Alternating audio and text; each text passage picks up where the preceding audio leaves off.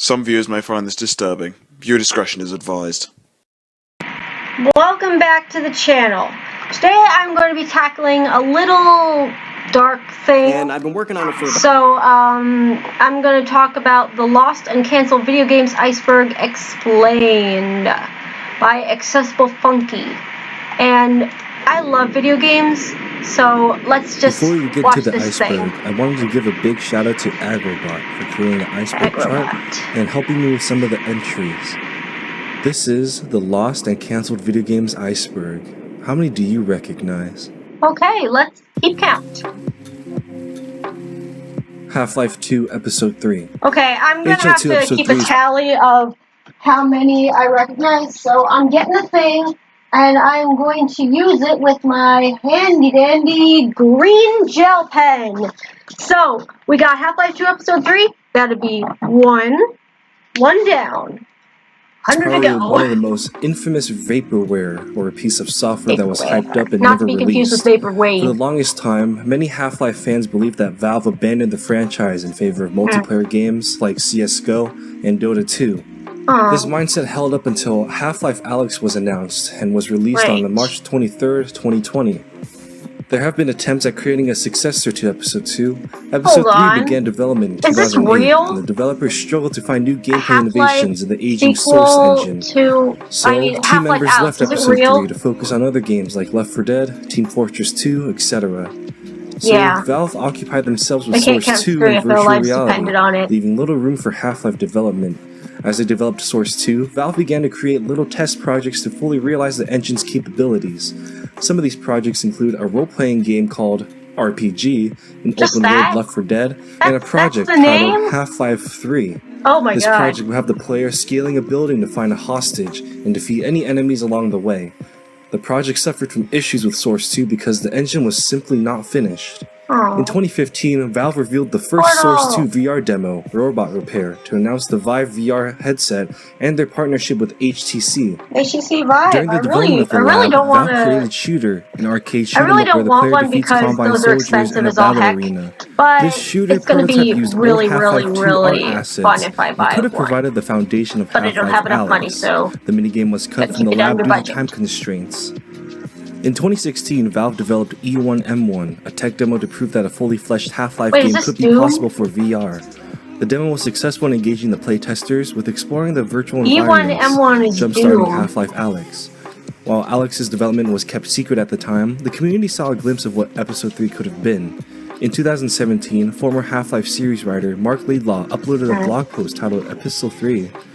This so-called fanfiction details the events of Gordon and Alex traveling to the Borealis to save Judith Mossman and destroy the ship's experiment.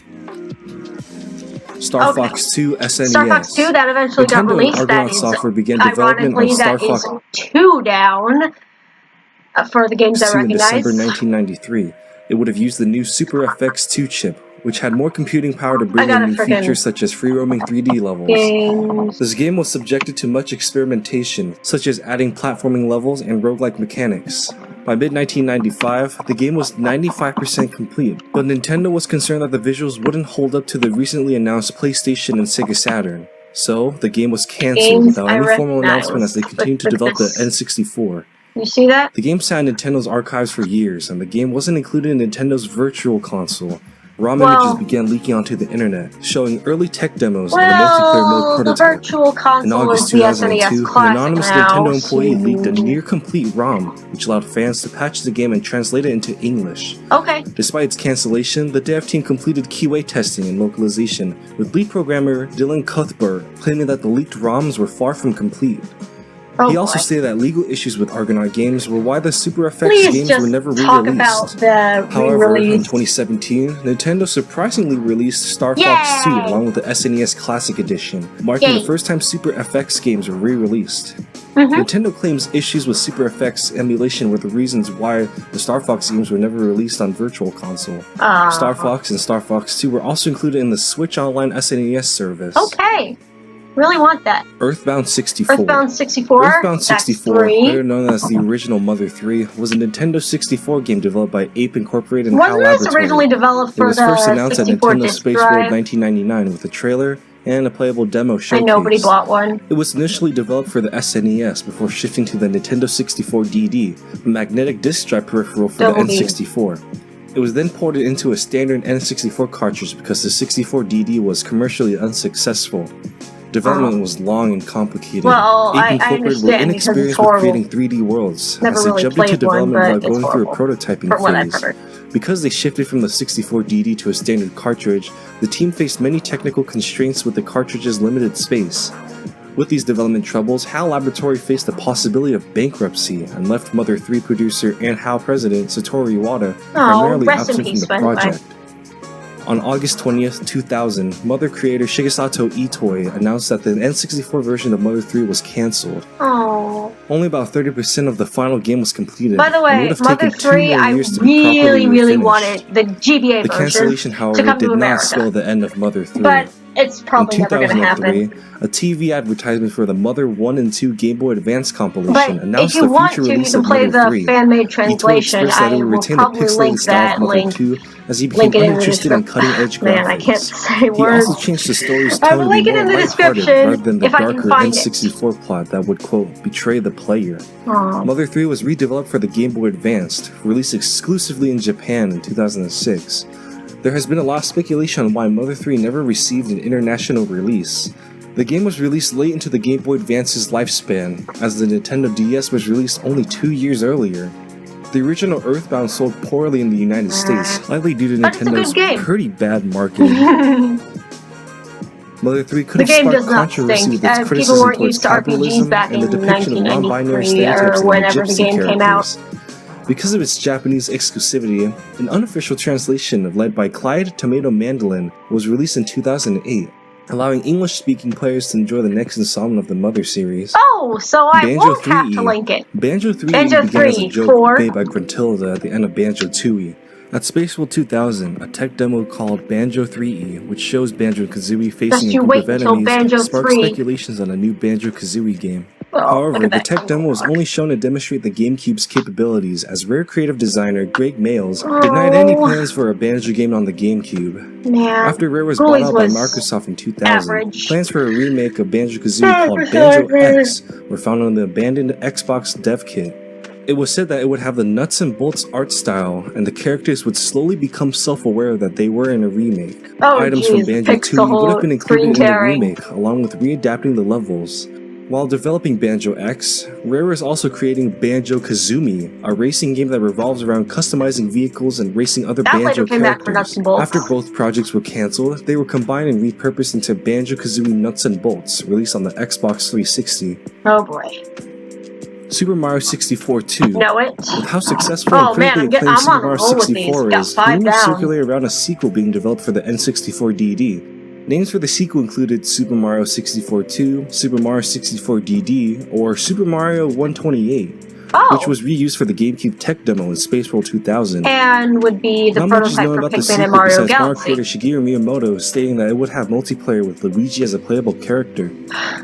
In an interview with Nintendo Power, it's funny how the ROM hack community was able to pull it off better than Nintendo could ever. Well, for over a year now at my desk, a prototype program of Mario and Luigi has been running on my monitor. We've been thinking about the game, and it may be something that could work on a completely new game system. 3, 2, 1. Okay, I'm just gonna mute this. This stupid ad about Speechify, and anyway. There was reportedly a leak of this demo, but no videos or images have ever been found. Blog. Nintendo could have implemented some of these ideas into Super Mario 64 DS. Okay. The game was assumed to be cancelled after the 64 DD became discontinued.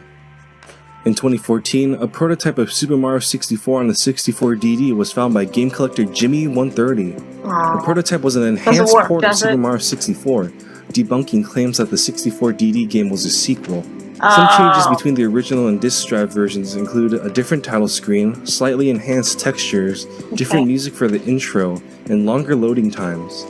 The ROM has been dumped and can be downloaded online. Pocket Monsters RPG. Okay, this is the first one that I don't know. Also called Pocket Monsters 64, was an unreleased Pokemon title for the N64 DD, developed by Game Freak. Well, I've never heard of this one, so this is the first one that I don't know. Electronic Gaming Monthly, stating that 10 people are working on the game and is uncertain of a Western release.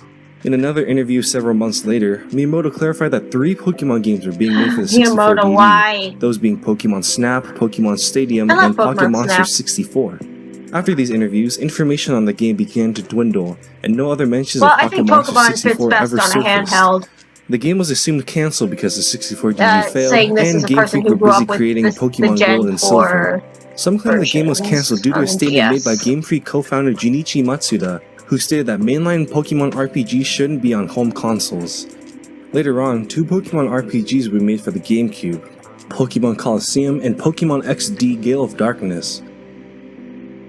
Sonic Extreme. No, that one. Sonic We got Extreme was a 6. cancelled Sega Saturn game developed by Sega Technical Institute. Sonic Extreme would have been the first 3D Sonic game. What could have been a competent rival to Super Mario 64, the game was instead plagued with numerous delays and internal problems, causing it to go into development hell. By the way, Noah, if such you're as watching having to this, switch from the Genesis I'm to the reacting to this 32X, purely then to the Sega amplified. Saturn and Windows. Because of this rushed port, the game performed poorly with the Excuse Saturn's me, so hardware. this is my genuine Sometimes the game reaction would to this play at Iceberg. 3 to 4 frames per second. One of the most infamous aspects of this game's development was the executive involvement. The game had 2 different engines, one for the main levels and the other used for boss fights.